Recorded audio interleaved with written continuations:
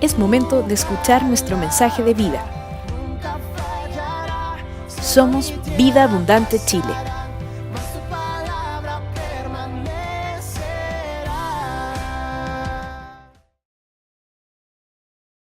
Bien, buenos días hermanos. Un placer nuevamente estar acá y poder compartir la palabra con ustedes. Ruego que el Espíritu Santo me dé la gracia y la sabiduría para poder exponer este tema. Si salen algunos gallitos, disculpen, pero estoy un poco complicado con la garganta. Estoy con un resfriado más o menos fuerte, producto de las famosas alergias de este tiempo. Así que estoy con la garganta un poco apretada. Bien, hay un tema que vamos a tocar y espero que pueda fluir con gracia de parte del Señor y que todos lo podamos entender y sea para edificación. El Dios de amor y juez. En realidad ese va a ser el título con que va a salir cuando salga en nuestra página YouTube, ¿no es cierto? Pero en realidad el título es más largo, y lo dejamos así para poderlo acortar y se puede exponer.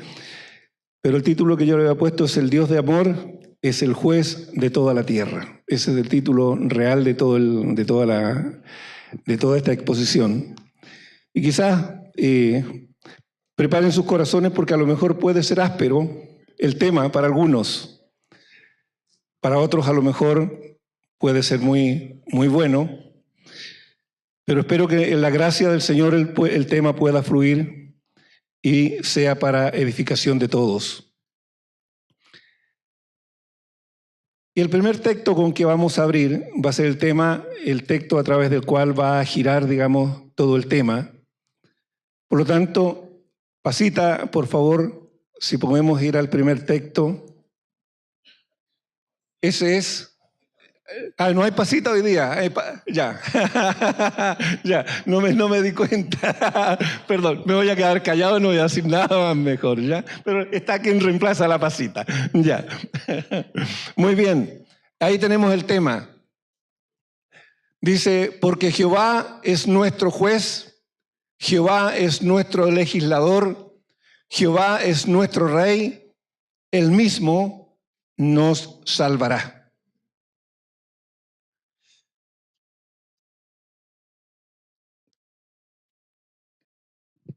Quizás el aspecto que menos hablamos en la iglesia y que a lo mejor menos nos gusta hablar en las congregaciones es el hecho de que Dios es juez y de que Él como juez ha de juzgar a todos los hombres. Muchas veces esto no se menciona, no se dice o se dice de repente muy por encima, pero no se le da el peso que esto tiene. Y muchas veces incluso dentro de las iglesias o hay corrientes de doctrina, de error por supuesto, que hablan de ser salvo porque Dios es amor, ya Dios dio a su Hijo, ya murió en la cruz. Por lo tanto, somos salvos y siempre salvos y ahora, como Cristo ya murió, soy salvo y puedo seguir haciendo lo que yo quiera. El salvo siempre salvos. Y olvidamos que ese mismo Dios de amor un día nos va a llamar, nos vamos a tener que presentar delante de Él y dar cuenta de nuestras vidas. Sea que usted sea creyente o que no lo sea, el juez de toda la tierra un día le pedirá cuentas a usted de su vida. Esté usted de acuerdo conmigo o no, o esté de acuerdo usted con lo que dice la Escritura o no, eso es una realidad y es una realidad que no la podemos negar. Por lo tanto, les voy a invitar a que vamos a desarrollar este tema teniendo en cuenta justamente esto. Porque Jehová es nuestro juez, nótese. Luego, Jehová es nuestro legislador. Él es el que hace las leyes. Jehová es nuestro rey y Él mismo nos salvará. ¿Qué hay fuera de Dios? ¿Qué queda fuera de Dios? Absolutamente nada. Todo está dentro de Él. No hay nada que quede fuera de la acción de Dios para la vida del ser humano. Todo nuestro ser, todas nuestras acciones, todo lo que somos está dentro de lo que este texto dice. Él es nuestro juez, es nuestro legislador, Él es nuestro rey y Él es el que nos salva. ¿Qué quedó fuera de su vida? Absolutamente nada. Pero ok, vamos hoy día a tratar de desarrollar Juan 3:16. ¿Por qué quiero tomar este texto? Porque este es el texto que más se usa quizás en todas las predicaciones. Creo que desde el día que conocí al Señor y ya hace hartos años, tengo la bendición de haber conocido al Señor a los 18 años, cuando Él me llamó. Y hoy día ya soy un chico de 67 años, de 67 años, perdón. Por lo tanto, he caminado por la gracia del Señor por muchos años con Él y he podido escuchar muchas predicaciones, muchas enseñanzas y creo que hay una cosa que nosotros hemos hecho en que hemos mal usado este texto. Porque de tal manera, dice, amó Dios al mundo, que ha dado a su Hijo unigénito, para que todo aquel que en Él cree no se pierda, mas tenga vida eterna. Fíjense que ese texto, incluso cuando usted lo escucha en las calles y pone atención, aún ese texto, a pesar de ser tan conocido, es un texto que se pronuncia mal. Dice, porque de tal manera amó Dios al mundo que ha dado a su Hijo unigénito para que todo aquel que en Él cree, y usted muchas veces si pone atención, le dice para que aquel que en Él crea. Y Dios siempre habla en presente y no a futuro. Tengamos cuidado con eso. Dios nos habla hoy, y nos habla para hoy, nos habla para este instante y no para mañana solamente. Si Dios también habla a futuro, es verdad, pero cuando se está hablando de esto, Dios está hablando para el día de hoy, sobre todo para el hecho del arrepentimiento del hombre. ¿Ya? ¿Y qué más dice? Más tenga, dice, porque no envió Dios, dice, a su Hijo al mundo para condenar al mundo, sino para que el mundo sea salvo por él.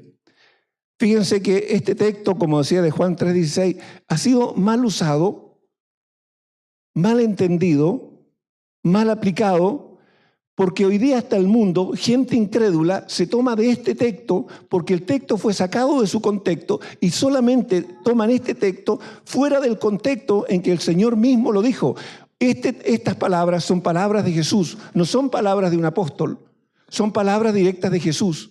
Y es Él el que está enseñando sobre esto. Pero cuando Él pronunció que esta declaración, que es la declaración de amor más grande que Dios le hace al hombre, no solamente dijo esto, sino que agregó lo otro, hasta el 21. Dice, porque no envió Dios a su Hijo al mundo para condenar al mundo, sino para que el mundo sea salvo por Él. Fíjense. Si yo solamente hablo de Juan 3:16 y me olvido de los textos siguientes, fíjense que estoy dando una idea distorsionada del amor de Dios. Claramente estoy dando una idea equivocada, porque el 17 inmediatamente dice, y está dando la razón de por qué Dios hizo lo anterior, porque no envió, dice Dios, a su Hijo al mundo para condenar al mundo, sino para que el mundo sea salvo por él. Fíjense, Jesús está hablando de condenación.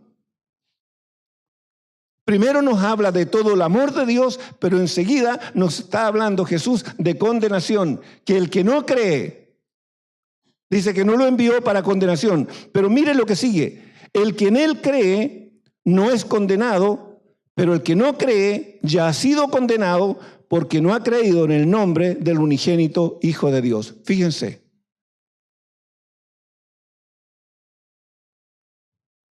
El Dios de amor El Dios que me hace una declaración de amor impresionante, mostrándome la razón de por qué Él envió a su Hijo al mundo. Sin embargo, seguidamente Dios me está diciendo que el que en Él cree no es condenado, pero el que no cree no dice que va a ser condenado, dice que ya ha sido condenado. Es un tema para tomarlo con mucho cuidado, es para considerarlo, porque es el Señor Jesucristo el que está hablando. Insisto, no es un apóstol el que dijo esto, no es una revelación de un apóstol, es Jesús mismo enseñándole a los hombres y diciéndonos, declarándonos el gran amor de Dios por el hombre, pero también nos está diciendo, ojo con esto, porque si tú no crees en el Hijo de Dios, simplemente no es que vas a ser condenado, es que ya por tu rebeldía y por tu incredulidad ya has sido condenado. Fíjense, una tremenda expresión de amor, pero también un tremendo juicio de Dios sobre la vida del hombre por su rebeldía y por su incredulidad. Y nótense, y aquí da la razón el Señor. Y esta es la condenación, dice, que la luz vino al mundo y los hombres amaron más las tinieblas que a la luz porque sus obras eran malas.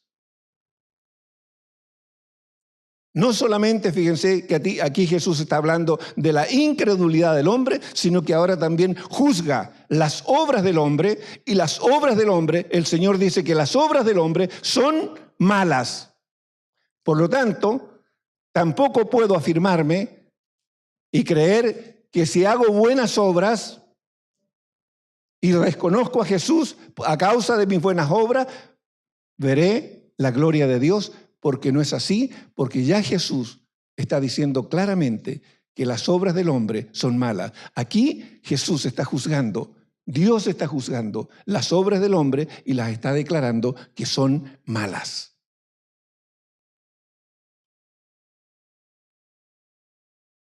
Se nos achica el espacio, ¿verdad? O sea, y la pregunta surgiría, bueno, ¿y entonces cómo soy salvo? Porque si no quiero creer en Jesús, eso ya me condena. Y luego si quiero confiar en mis obras, Jesús mismo me dice que mis obras son malas, entonces, ¿qué me queda? 20. Porque todo aquel que hace lo malo aborrece la luz y no viene a la luz para que sus obras no sean reprendidas. ¿Por qué Jesús dice esto? Él también dijo, yo soy la luz del mundo. El que a mí viene no andará en tinieblas, sino que verá la luz de la vida. Por lo tanto, la luz de la vida estaba hablando y estaba diciendo que el que viene a la luz, ya dice, porque todo aquel que hace lo malo, dice, aborrece la luz y no viene a la luz para que sus obras no sean reprendidas. Mas el que practica la verdad, dice, viene a la luz para que sea manifiesto que sus obras son hechas en Dios. Ok, fíjense, ese es el gran tema de Juan 3:16. No es cuestión de repetir Juan 3:16 y olvidarse del contexto. Si nosotros le enseñamos a la gente correctamente la Escritura, hoy día los inconversos no andarían usando tan livianamente el hecho de que Dios es amor. Por lo tanto, oye, si Dios es amor, démosle. Hagamos lo que cada uno mejor le parezca. Y ese principio se ha tomado de aquí porque se ha enseñado mal. Porque se ha enseñado mal la Escritura. Siempre se ha tomado ese texto fuera de su contexto. Y en realidad, para que ese mensaje de amor esté completo, nosotros lo tenemos que exponer tal como está aquí. Sin sacarle ni ponerle nada, porque así lo enseñó Jesús. ¿Ok? Muy bien. Si la condición del hombre es tan complicada delante de Dios, veamos ahora, yo los voy a invitar a que ustedes consideren el libro de Romanos. Si quieren averiguar más, y esto es tarea para la casa, No lo voy a leer porque es largo todo lo que voy a tocar, lo que tendría que tocar. Si usted se quiere dar cuenta exactamente cuál es la condición del hombre frente a Dios, cuál es la condición del hombre al cual Dios le declara, le hace esta declaración de amor. Los invito a leer el libro de Romanos en sus 3 primeros capítulos y se va a encontrar usted con lo siguiente, que en el capítulo 1 se va a encontrar el por qué el hombre es culpable delante de Dios. Repito, en el capítulo 1 de Romanos usted se va a encontrar la razón de por qué el hombre es culpable delante de Dios. En el capítulo 2 usted va a encontrar por qué el juicio de Dios frente al hombre es justo. Y en el tercero, si alguno todavía está confiando que puede lograr la salvación o puede llegar a la presencia de Dios por méritos propios o porque tiene una religión que la considera muy buena o porque cree que moralmente es una persona intachable, usted se va a dar cuenta leyendo el libro de Romanos que no existe tal cosa. No existe religión, no existe moralidad del hombre, no existe conducta intachable del hombre delante de los ojos de Dios. ¿Por qué? Porque en Romanos usted se va a encontrar que Dios declara en el capítulo 3 que no hay hombre bueno, ni siquiera uno. Entonces, ¿qué hombre se podría presentar delante del trono de Dios, ante el juicio de Dios, con razones propias, con verdades propias, con moralidad o espiritualidad propia o religión propia, para decir, yo a causa de esta razón puedo ponerme delante de ti, Dios, y decirte que yo soy un hombre bueno, cuando Dios ya declaró que no existe hombre bueno? Y luego que Dios declara que no existe hombre bueno, en Romanos 3:23 pone la lápida a la condición del hombre y le dice, por cuanto todos pecaron y están destituidos de la gloria de Dios. ¿Dónde quedó el hombre? Esa es la realidad, esa era la realidad de cada uno de los que estamos aquí sentados y que hoy día reconocemos a Jesucristo como Señor y Salvador de nuestra vida. Esa era nuestra condición.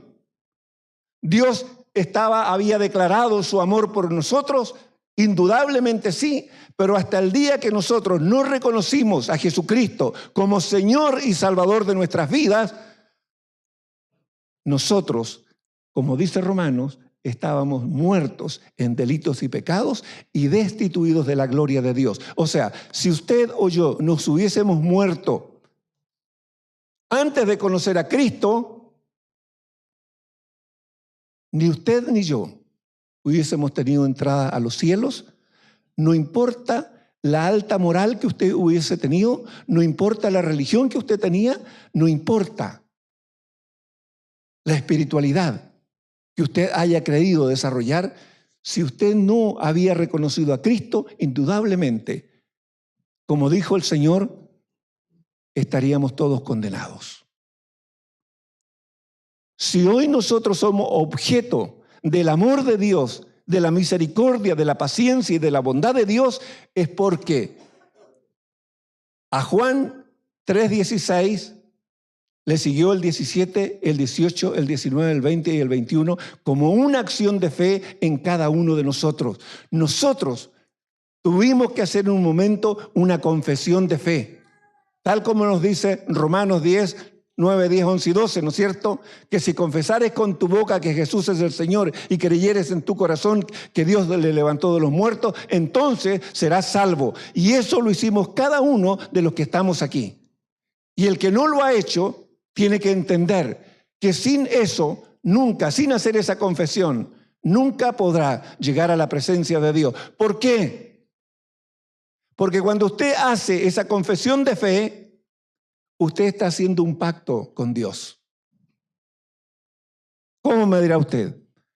Recuérdese que la condición nuestra antes de conocer a Cristo era muertos en delitos y pecados.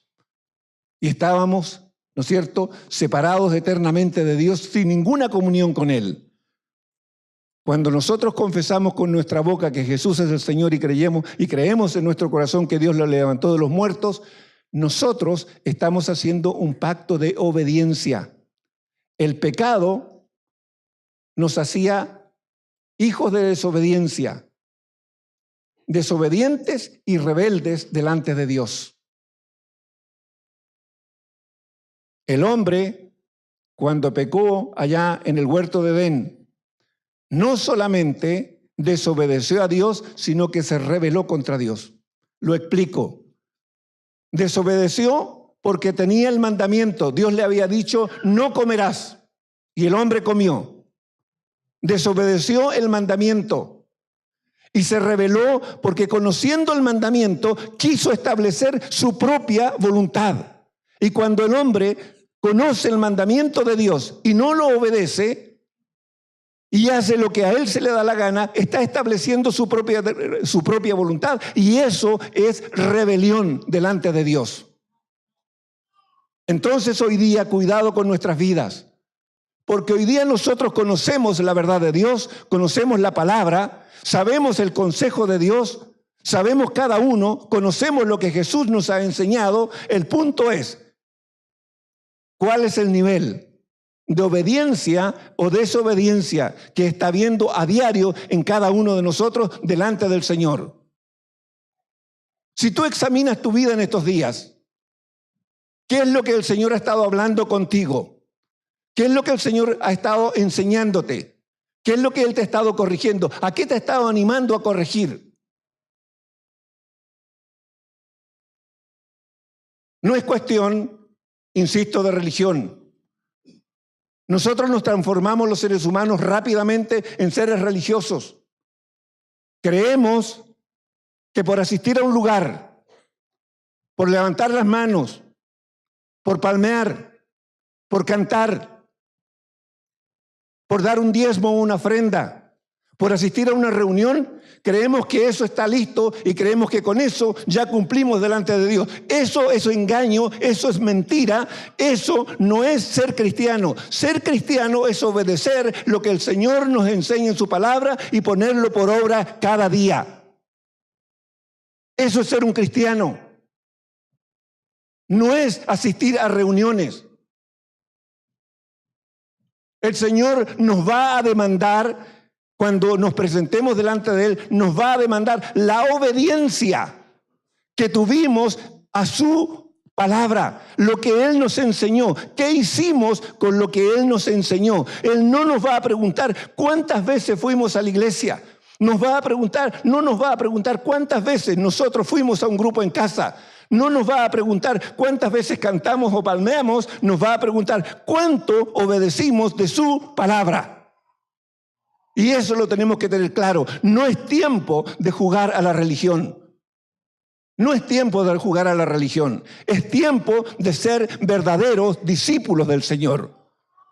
Es tiempo de poner la palabra en práctica. Y en eso, créanme, van a haber días que a usted le va a ir muy bien. Y todo parece que va a ser miel sobre hojuelas. Desde que se levantó hasta que se acostó. Parece que todo va a fluir.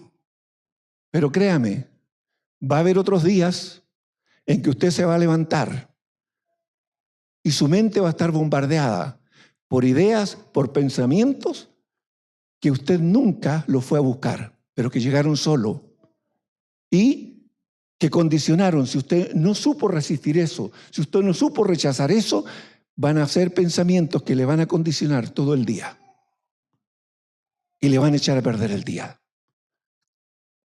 Usted va a vivir situaciones difíciles en su vida.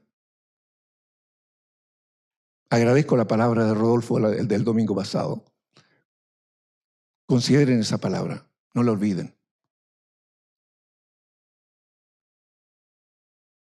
Porque hay días y días, pero no por eso vamos a dejar de obedecer lo que el Señor nos manda.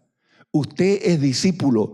Si es discípulo, el concepto es aprendiz. Si es un aprendiz, tiene que poner por obra lo que su maestro le enseña.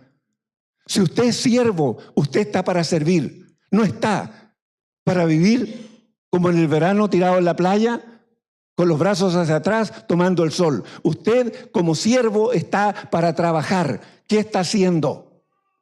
Usted como hijo de Dios está para agradar a su Padre, para servir a su Padre, para honrar y glorificar a su Padre con su vida. No está para jugar aquí a las religiones. No está para jugar aquí a las reuniones.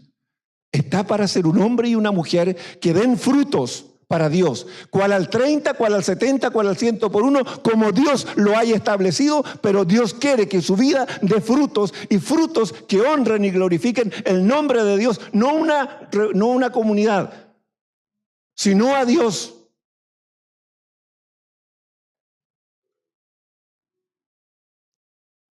No malentendamos el amor de Dios.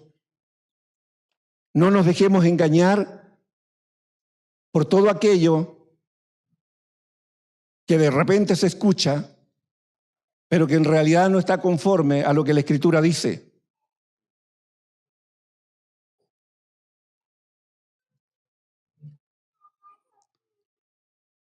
Veamos la salida para el hombre que tiene el problema con Romanos 3:23, por cuanto todos pecaron y están destituidos de la gloria de Dios. Veamos la salida que Dios da. Siempre Dios, cuando nos enfrenta a una situación que es difícil para nosotros, siempre en su amor y en su misericordia, siempre Él nos va a dar la salida. Romanos 3:24-26. ¿Qué nos dice Romanos 3:24-26? El hombre que no conoce a Cristo, el hombre que no ha reconocido el amor de Dios expresado en la persona de Jesucristo, el hombre que no ha entendido que Dios le ama y que Dios por causa de su amor envió a su Hijo a dar su vida por él en la cruz. Si no lo ha entendido, vea lo que el Señor le dice en su palabra. Usted puede ser justificado, dice, siendo justificados gratuitamente por su gracia mediante la redención que es en Cristo Jesús, a quien Dios puso como propiciación por medio de la fe en su sangre, para manifestar su justicia a causa de haber pasado por alto en su paciencia los pecados pasados, con la mira de manifestar en este tiempo su justicia, a fin de que Él sea el justo y el que justifica al que es de la fe de Jesús. No hay otro nombre debajo del cielo dado a los hombres en que los hombres puedan ser salvos, sino solamente Jesucristo. Jesucristo es el único. No existe religión, no existe santo, no existe virgen, no existe nada más fuera de Cristo. Solamente Cristo, y en Cristo está la salvación. Y el que no reconoce a Jesucristo y no lo confiesa con su boca y cree en su corazón que Dios le levantó de los muertos, ese hombre o esa mujer nunca serán salvos. La condición del hombre frente a Dios, al que no conoce a Cristo, es una condición, yo diría, delicada. Es una condición en la cual el hombre debe de meditar, debe de pensar qué va a hacer con su vida, dónde va a pasar la eternidad. ¿Puede usted pasar la eternidad con Dios o puede pasar la eternidad en eterna oscuridad? ¿Qué va a hacer usted con su vida? Si hay aquí alguien que no conoce a Cristo, por favor piense en esto. ¿Dónde va a pasar usted la eternidad? Dios le ofrece todo su amor, toda su misericordia a través de Jesucristo, su Hijo amado, quien dio su vida por usted como precio por el pecado de incredulidad y de rebelión. Pero si usted no quiere conocer a Cristo, la suerte, como dijo el Señor, ya está echada, porque el que no cree ya ha sido condenado. No es que va a ser condenado, ya ha sido condenado. Por favor, eso es amor de Dios. ¿Por qué? ¿Por qué digo que esto es amor de Dios? Porque Dios siempre, a causa de su amor, siempre nos va a hablar con la verdad. Aunque la verdad no nos guste, aunque la verdad nos duela, Él siempre nos hablará con la verdad. Y hablar con la verdad, también eso es amor, aunque no lo entendamos.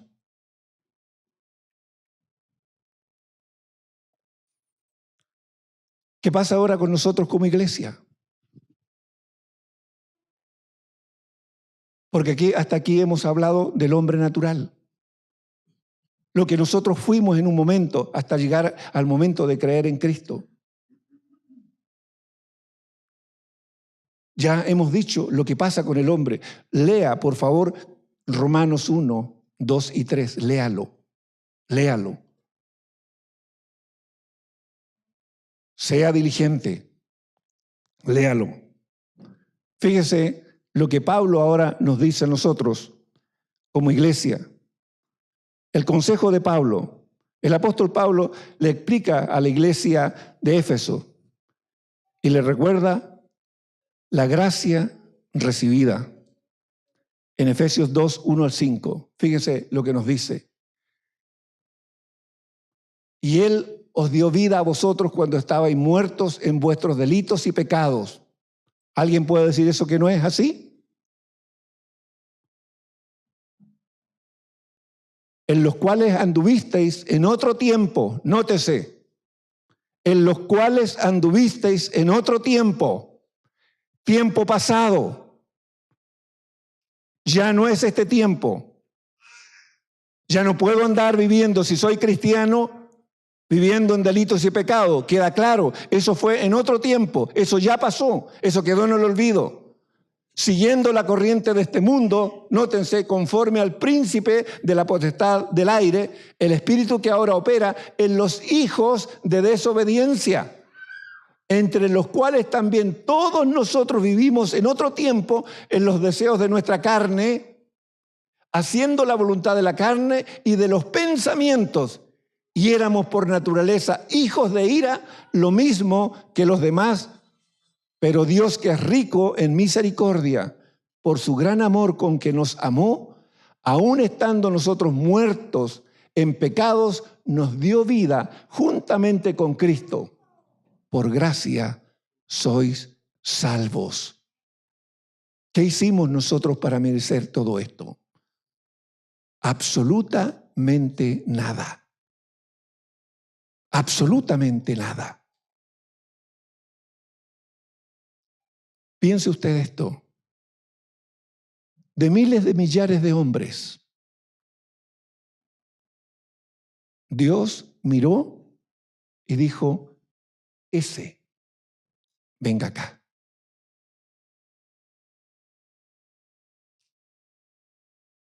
Ese, venga acá. Fíjense, ¿quién eligió? ¿Quién llamó? Dios. ¿Qué hizo usted? ¿Qué hice yo para merecer tal cosa? Absolutamente nada. Entonces considere el privilegio de haber sido elegido, de haber sido llamado de las tinieblas a su luz admirable, de un mundo lleno de pecado a un mundo nuevo de santidad, a su reino. Por eso dice que Él es el Rey. Él es el Rey. Entonces, a nosotros hoy día nos corresponde vivir como hijos del Rey. Vivir conforme a los principios que el Rey ha establecido. Él dice que Él es el juez, ¿no es cierto? Eso decía, que Él es el juez, que Él es el legislador, ¿no es cierto? Que Él es el Rey y que Él es el que nos salva. Entonces, si el juez te llamó y te puso en su reino de justicia, ¿bajo qué principios vamos a vivir? ¿Bajo los mismos principios que teníamos cuando estábamos en el mundo o conforme a los principios que el legislador ha establecido? Para vivir en el reino de Dios tengo que vivir conforme a los principios que el Rey ha establecido en su reino. No puedo traer principios de allá y ponerlos acá. Tengo que vivir conforme a los principios que el legislador ha establecido. Y el legislador ya legisló. Y ya nos dijo a los esposos cómo teníamos que hacer con nuestras esposas.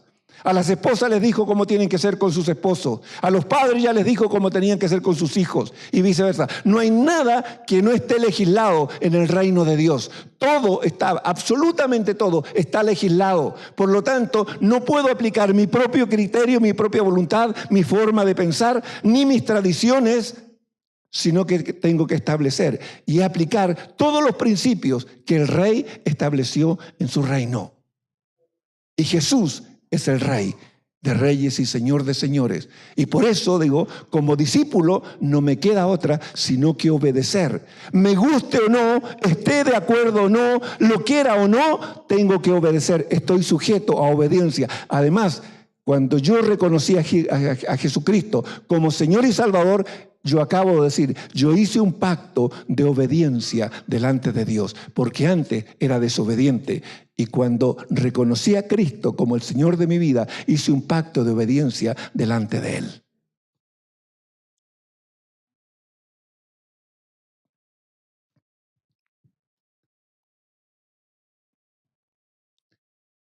Algo muy semejante le dice Pablo a la iglesia de Colosenses cuando le escribe respecto a este mismo tema. Vamos a Colosenses 2, 3 y 15. ¿Qué dice? Y a vosotros, estando muertos en pecado y en la incircuncisión de vuestra carne, os dio vida juntamente con Él, perdonándoos todos los pecados, anulando el acta de los decretos que había en contra nuestro, que nos era contraria, quitándola de en medio y clavándola en la cruz, despojando a los principados y a las potestades, y los exhibió públicamente, triunfando sobre ellos en la cruz. Nuestra libertad que el Señor compró. Pero fíjese en esto. Lo quiero llevar a que se fije en esto. Dice que Él, anulando el acta de los decretos que había contra nosotros. Había todo un acta y unos decretos, todo un acta que Dios había tomado. Mire. Hace un tiempo, mucho tiempo atrás, vi un pedazo de una película donde hay un hombre que hacía de Dios y el otro era el hombre con el que Dios trataba. Y llega un momento en que se encuentran, Dios los cita a un edificio, seguramente algunos lo vieron, yo vi un pedazo de esa película, por eso les cuento esto, pero me pareció interesante y por eso lo recuerdo, a propósito del acta.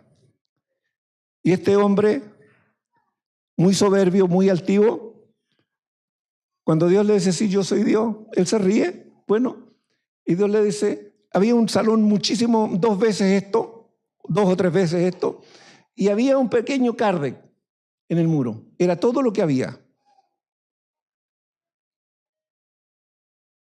Y este hombre en un momento en el diálogo le dice, entonces tú me dices que tú me conoces toda mi vida. Y él le dice, Dios le dice, sí, toda tu vida, conozco toda tu vida. Y le dice, ¿ves ese mueble? Mira, le dice, abre el primer cárdec. Yo digo, el mueble no era más alto que esto y angostito. Y el tipo abre el cárdec, está parado al frente y el cárdec se lo empieza a arrastrar y lo arrastró casi hasta el fondo de la sala, porque allí estaba descrito paso a paso toda su vida desde el día que él nació hasta ese momento. Recuerdo muchos años atrás había un tratado que era una especie de librito que decía, esta fue tu vida. Muy interesante. ¿Saben? A veces ignoramos, o a veces, aunque lo entendemos, nos queremos hacer los locos. Pero Dios tiene registrado, en esa acta de los decretos estaba toda nuestra vida, estaba tu vida y la mía, y estaba todo lo que nosotros habíamos hecho allí, bueno y malo, y repugnante aún delante de Dios. Y esa acta de los decretos nos era contraria y nos condenaba porque todas nuestras obras expresadas allí eran malas. Y esa fue el acta que Jesús el Señor borró, clavó en la cruz y la borró para darnos nueva vida. Con esa acta que había de todas esas maldades, los principados y las potestades tenían gobierno sobre nuestras vidas, podían hacer lo que ellos querían con nosotros. Pero una vez que el acta fue quitada, una vez que el acta fue borrada, una vez que el acta el Señor la clavó en la cruz y la borró con su sangre, nosotros quedamos libres. ¿Para qué? Libres para ser siervos de la justicia, de la verdad y de la santidad y andar delante de Dios en temor reverente cada día. Pero ojo, así como estaba esa acta de los decretos que nos era contraria, del mismo día que tú y yo reconocimos a Jesucristo como el Señor y Salvador de nuestra vida, de ese mismo día en Cristo se comienza a escribir una nueva acta. En Cristo. De todas nuestras obras, de todas nuestras palabras, de todo lo que hemos hecho, sea bueno o sea malo, eso está delante de Dios. Y de ello nosotros vamos a tener que dar cuenta ante el tribunal de Cristo. El Dios de amor es el juez de toda la tierra. Lo que nosotros hemos recibido, insisto, es amor, es gracia inmerecida. Es lo que el Dios, el Padre, nosotros nos quiso dar a cada uno. Vamos a Corintios, 2 de Corintios 5:17. Fíjense, Pablo le aclara y le recuerda a la iglesia de Efesios y de Colosenses lo que el Señor había hecho por ellos. Fíjense lo que nos dice aquí. De modo que si alguno está en Cristo, nueva criatura es. Las cosas viejas pasaron, he aquí, todas son hechas nuevas.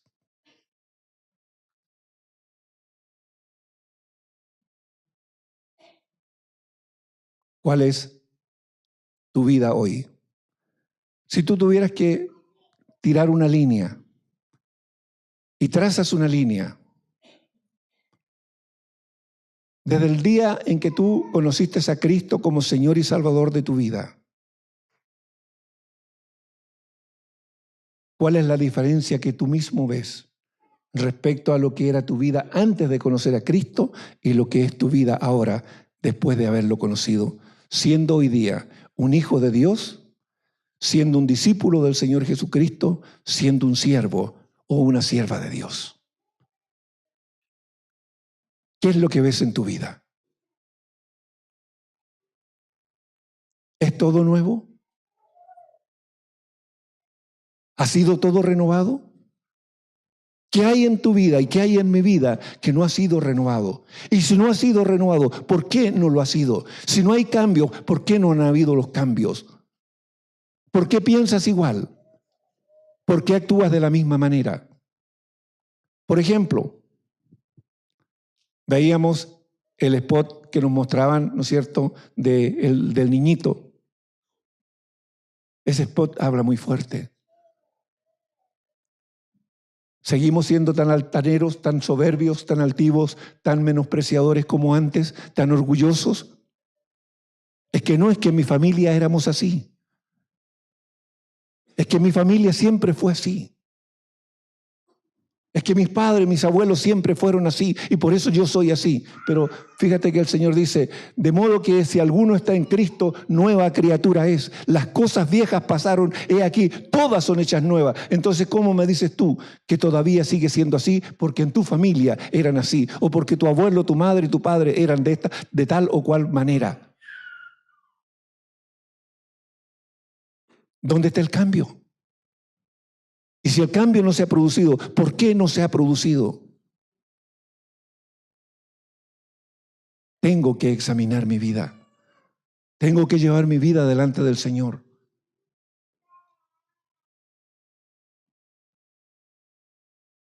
Como nos decía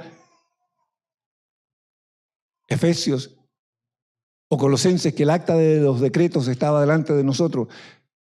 Yo decía, Dios nos conoce desde el momento en que nosotros nacimos. Él en su palabra nos declara y nos dice, tu embrión, Tu embrión, dice, vieron mis ojos. Cuando en oculto era formado, yo ya te conocía, dice el Señor. ¿Qué hay de ti? ¿Y qué hay de mí que Él no haya visto y no conozca? Sea bueno o sea malo.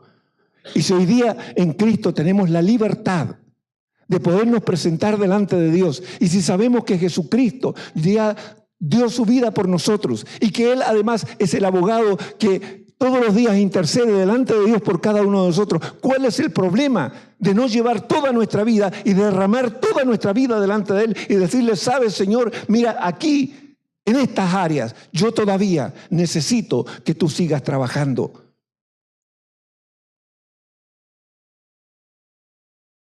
¿Cuántos estamos siendo diligentes en examinar día a día nuestras vidas delante del Señor, conscientes de esto? Ojo, insisto, el rey ya decretó, él ya dio los decretos, él ya dio las leyes, él dio los principios.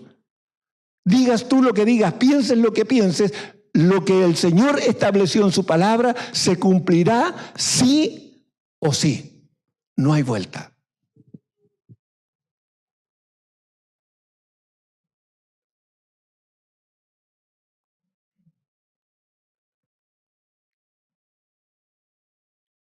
El Dios de amor, insisto, es el juez de toda la tierra. Creyentes o no creyentes, tenemos que dar cuenta delante de Él de cada una de nuestras vidas. Así como el hombre natural lo va a hacer, también la iglesia dará cuenta delante de Cristo de su vida. Primera de Corintios 3, 10 al 15. Si entendemos esto, tendremos que ser diligentes. ¿Qué dice? Conforme a la gracia de Dios que me ha sido dada, yo como perito arquitecto, y esto lo dice Pablo, puse el fundamento y otro edifica encima. Pero nótese, pero cada uno mire cómo sobre edifica, y esa es su responsabilidad. El que le predicó el evangelio hizo de perito arquitecto. El que le ayuda a crecer en la iglesia en casa, el responsable de iglesia en casa que le enseña, que le anima, que le exhorta, que ora por usted, el que está ayudándole a sobreedificar, a edificar. Pero el que sobreedifica es usted y la responsabilidad de sobreedificar es suya. No es del pastor, no es del responsable de la iglesia en casa, es su responsabilidad sobreedificar. Y usted tendrá que dar cuenta delante de Dios de su sobreedificación. Mire lo que dice, porque nadie puede poner otro fundamento que el que está puesto, el cual es Jesucristo. Y si sobre este fundamento alguno edificare oro, plata, piedras preciosas, madera en hojarasca, la obra de cada uno será manifiesta, porque el día la declarará, pues por el fuego será revelada. Por el fuego, dice, será revelada. El día la manifestará y el fuego la revelará. Habrá momentos en que usted tenga pruebas en su vida. Habrá momentos en que usted la tendrá que pasar muy mal y será la prueba de fuego.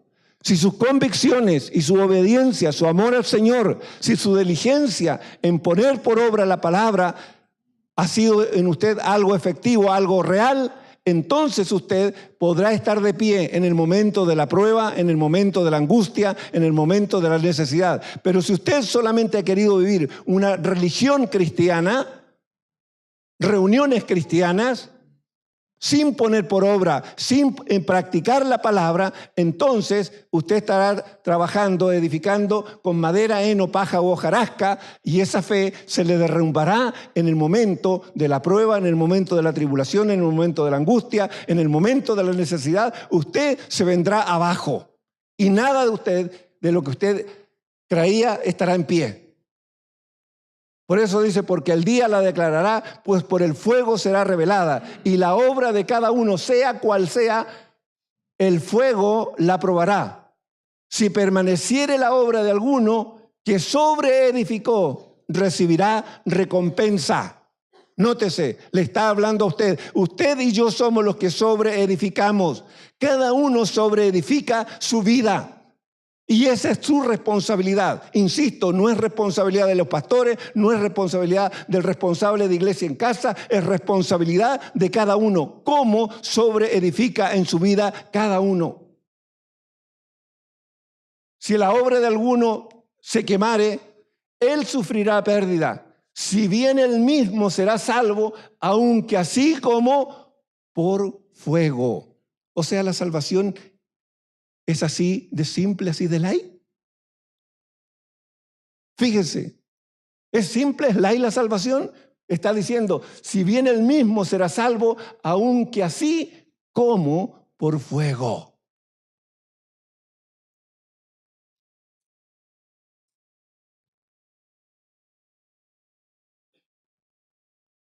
Dije que la palabra no iba a ser fácil. Dije que la podían encontrar áspera algunos. Pero esta es la verdad. Y mi responsabilidad, cuando me paro aquí y cuando enseño, es decir la verdad. Es no cambiar lo que Dios ha dicho en su palabra. ¿Por qué? Porque así como enseño, el día de mañana también tengo la responsabilidad y daré cuenta delante de Dios de cómo enseñé. Si yo le quito a la palabra, yo voy a sufrir pérdidas delante del Señor. Si yo le agrego a la palabra, también voy a sufrir pérdidas. Tengo que decir lo que la palabra dice. Tengo que enseñar lo que la palabra enseña, aunque nos parezca áspera, aunque nos parezca dura, pero esa es la realidad. No es un evangelio light, no es ser un discípulo light, no es ser un hijo de Dios light, no es ser un siervo light, es tener un compromiso al 100%. ¿Sabe por qué? Porque a Cristo le costó el 100% de su vida. Su vida le costó a Cristo el 100% la de Él. Él se despojó de todo. Se despojó de su gloria, de su condición de Dios, del ser Dios, y se hizo hombre. Y en la condición de hombre se hizo siervo. Y en la condición de siervo se hizo el más humilde de todo para ser siervo de todo y llegar a morir en la cruz. ¿Qué se dejó para sí Cristo por causa de mostrarle su amor y su misericordia? ¿De qué se privó? Se despojó de todo. ¿De cuánto usted se despoja? ¿De cuánto usted está dispuesto a despojarse? Por eso el Señor, con mucha autoridad, Él nos dijo, el que quiera, nótese, Él no rogó a nadie, Él lo dijo así, el que quiera venir en pos de mí, niéguese a sí mismo, tome su cruz cada día y sígame. No es el día domingo, no es el día sábado, no es el día de la reunión, es todos los días. Tomar la cruz y negarse es todos los días, absolutamente todos los días. No es un solo día, es todos los días. Porque Jesús lo hizo por nosotros primero. Jesús nada nos demanda que primeramente Él no lo haya hecho en favor nuestro.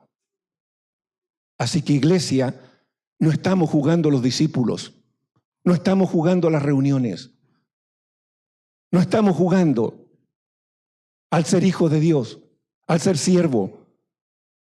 Esto es serio, porque usted y yo vamos a dar cuenta de nuestra vida delante del Señor. Nos guste o no nos guste, estemos de acuerdo o no, esto es una realidad. Usted y yo nos vamos a tener que presentar un día delante del trono de Dios, delante del tribunal de Cristo, y vamos a tener que dar cuenta de nuestras vidas delante del Señor, sea bueno o sea malo. Veamos. Primera de Pedro 4, 17 al 18.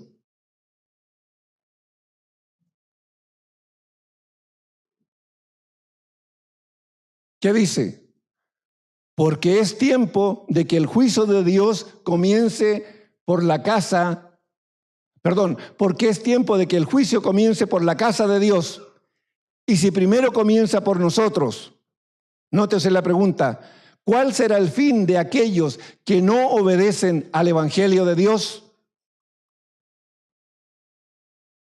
¿A quién va a juzgar primero el Señor? ¿Al mundo o a la iglesia? ¿Por dónde va a comenzar el juicio? ¿Por mi vecino o por mí? Insisto, la palabra no es suave, es áspera. pero es la verdad. La pregunta es, ¿estamos preparados para que el Señor venga y luego nos lleve y nos tengamos que presentar delante de su trono? ¿Delante de su tribunal? Y si el justo con dificultad se salva, dice, ¿dónde aparecerá el impío y el pecador? Fíjense, dice que la salvación es fácil. No dice que es fácil. Dice, si el justo con dificultad. O sea, esto es como cuando uno pasa por esas puertas muy angostas o lugares muy estrechos y uno tiene que pasar haciendo, ¿no es cierto?, entrando la guata, levantándose en puntas de pie hasta que hace el espacio y pueda pasar, porque la cosa es con dificultad. No es que vamos por el mundo a llenas, ¿no es cierto?, y vamos a entrar. No. La entrada frente al tribunal de Cristo, la cosa va a ser muy seria, muy seria. Y usted y yo vamos a tener que dar cuenta de toda nuestra vida, desde el día, insisto, que usted y yo reconocimos a Cristo como Señor y Salvador de nuestras vidas, desde ahí hasta el día que el Señor nos llame, vamos a tener que dar cuenta de todas nuestras acciones delante del Señor. Romanos 14, 10, 12.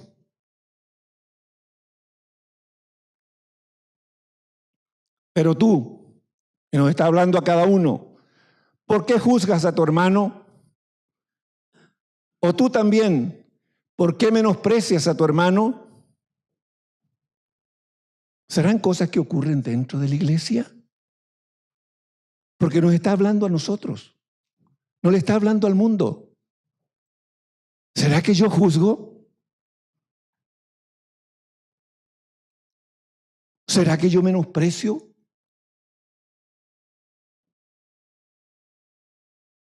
¿Será que tengo que hacerme un examen y decir cuál es mi conducta delante de mis hermanos?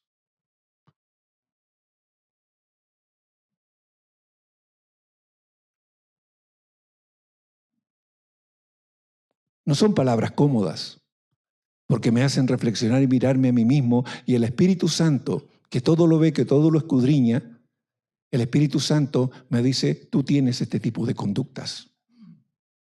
Tú actúas de esta manera. En tu corazón hay un doble estándar. Tú a este lo miras y a este no lo miras. A ese lo saludas y al otro no. Ojo. El Señor está hilando fino en nuestras conductas. El cómo somos en el día a día.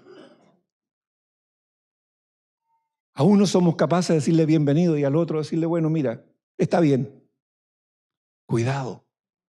Por eso dice, ¿por qué juzgas a tu hermano? O tú también, ¿por qué menosprecias a tu hermano? Y nótate, porque todos compareceremos ante el tribunal de Cristo. Porque escrito está. Y eso se lo está diciendo a la iglesia, no al mundo. Esto el Señor nos está diciendo a nosotros. Vivo yo, dice el Señor, que ante mí se doblará toda rodilla y toda lengua confesará a Dios. De manera que cada uno de nosotros dará a Dios cuenta de sí. ¿Le gustó eso? No mucho, ¿verdad? Esto es la parte pesada del Evangelio, la parte desagradable del Evangelio. Porque nos gusta que nos hablen solamente del Dios de amor, del Dios de la misericordia, del Dios de la paciencia, del Dios de la bondad, pero no de ese Dios que me llamó y que me dice ahora, yo quiero que tú andes conforme al consejo de mi palabra. Y yo un día te voy a pedir cuentas de tu vida, de cómo tú has andado delante de mí, porque yo ya te lo di todo, cómo tú has actuado delante de mí.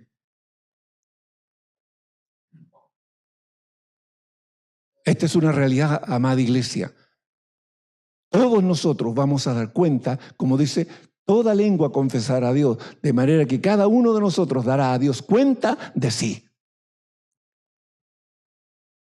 Insisto, el tribunal de Cristo no es un tribunal de condenación, pero cada uno va a recibir conforme a lo que haya hecho, sea bueno o sea malo. Hebreos 4, 12 al 13.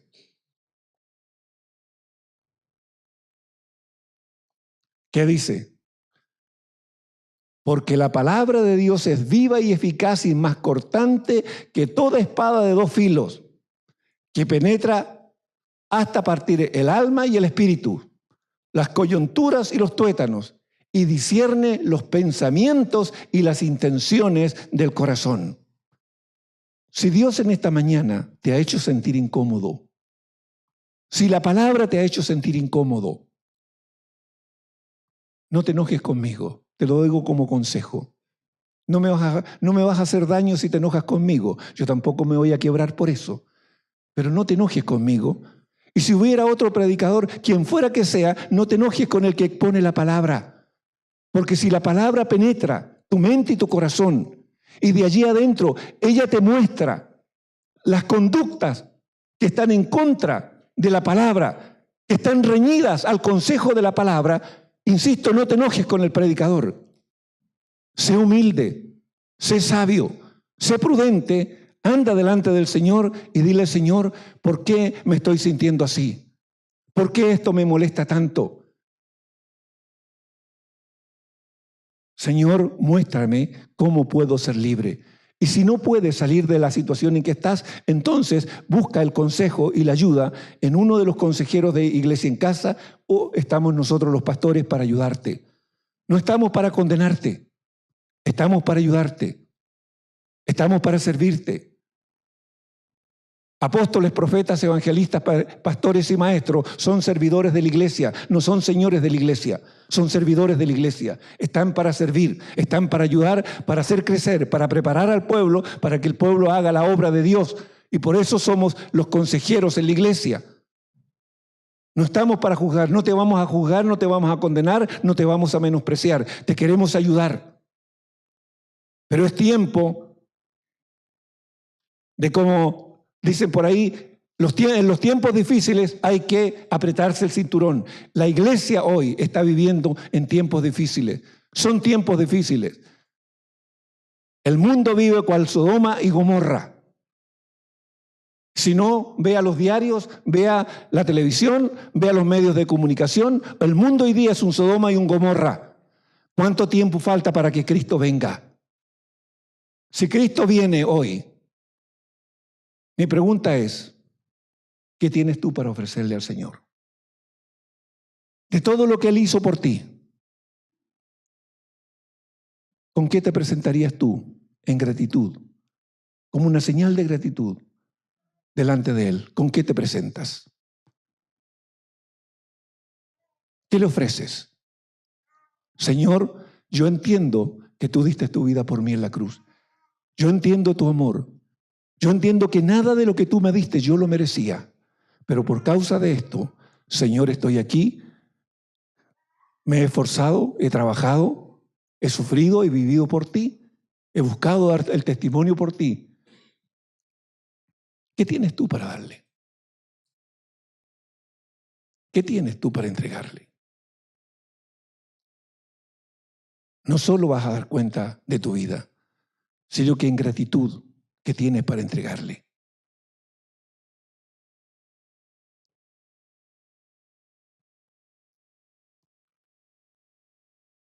Bien. Vamos a 2 Corintios 5:10.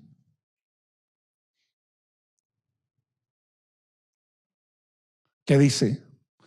Porque es necesario que todos nosotros, nótese el término, porque es necesario que todos nosotros comparezcamos ante el tribunal de Cristo. Todos nosotros. No importa si usted es apóstol, es profeta, es evangelista, es pastor, es maestro o es el último de los más pequeñitos de los discípulos.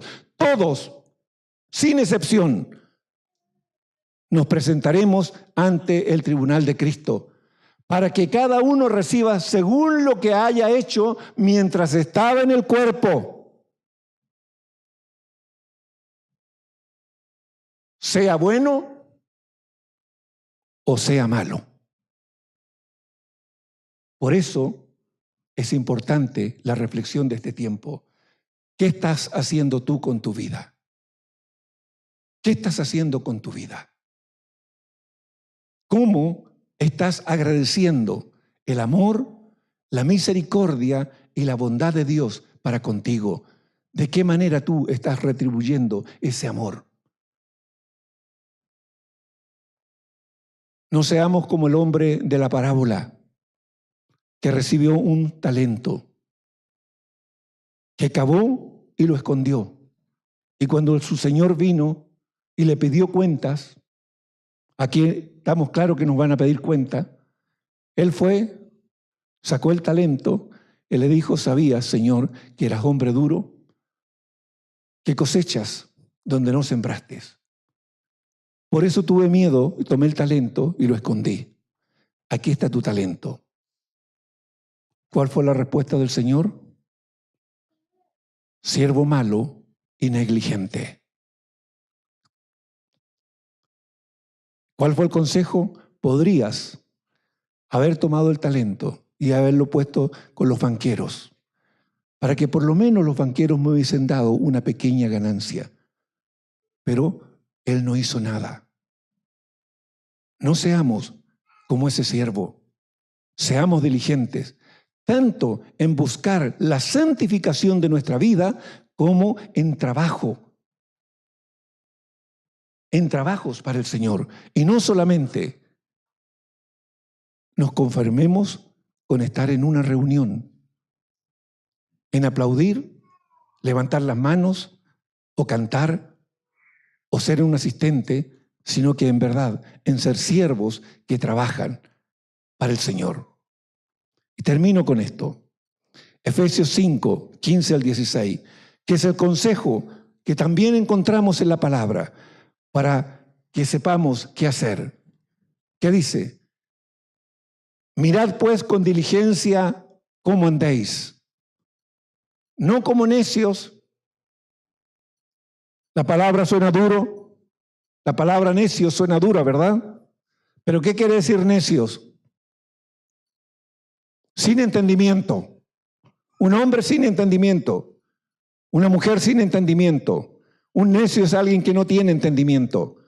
Y aquí el consejo es que andemos no como necios, sino como sabios, aprovechando bien el tiempo, porque los días son malos. Y el tiempo en que estamos como iglesia, viviendo iglesia, no es un buen tiempo, es tiempo malo. Por lo tanto, les dejo esta palabra para que la mediten. Si les resultó áspera, insisto, enójense con el Señor. No se enojen conmigo. La palabra no es mía. Está escrita, ahí está.